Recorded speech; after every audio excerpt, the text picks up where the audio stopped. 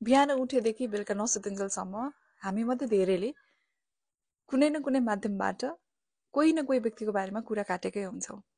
त्यो चाहे हामीलाई चित्त नबुझेर होस् वा उसले राम्रो गरिरहेको देखेर हामीलाई डाहा अथवा ईर्ष्या भएर होस्।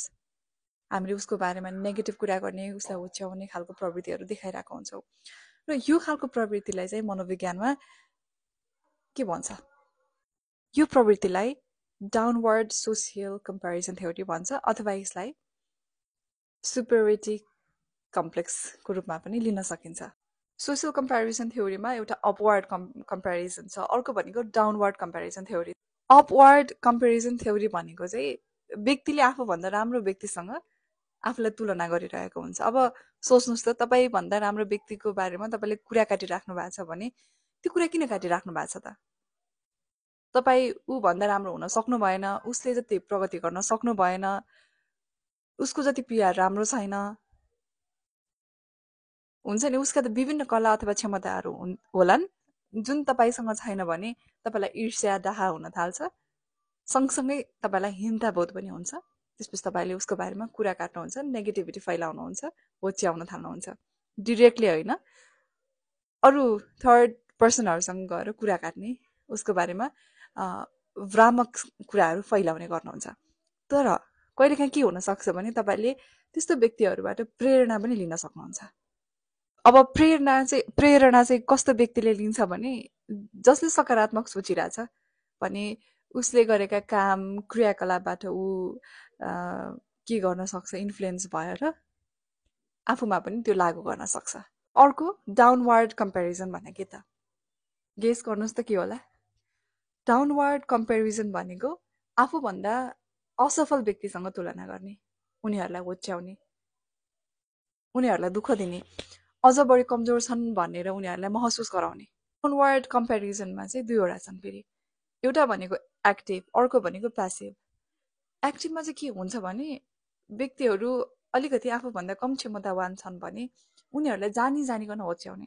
एकदमै सिम्पल इक्जाम्पल, क्लासमा कोही फर्स्ट भयो, अब अलिकति लो ऱ्याङ्क भएको विद्यार्थीलाई चाहिँ म चाहिँ खतरा हो, म अझ अर्को इक्जाम्पल के हुनसक्छ भने तपाईँले लगाइरहेको लुगा अथवा तपाईँले जिउने तपाईँको आफ्नो लाइफस्टाइललाई चाहिँ कोही व्यक्तिहरू आएर जो अलिकति तपाईँभन्दा क्षमतावान छ, जसको रिसोर्सहरू अलि बढी छ भने उसले आएर तपाईँलाई के लुगा लगाएको यस्तो भनेर जिस्क्याउने, गिज्याउने, तपाईँलाई तल पार्ने काम गर्छ। अब प्यासिभ कम्पेरिजन कस्तो हुन्छ भने व्यक्ति सिधै चाहिँ अरूलाई होच्याउँदैन, एकदमै यो स्मार्ट हो कि।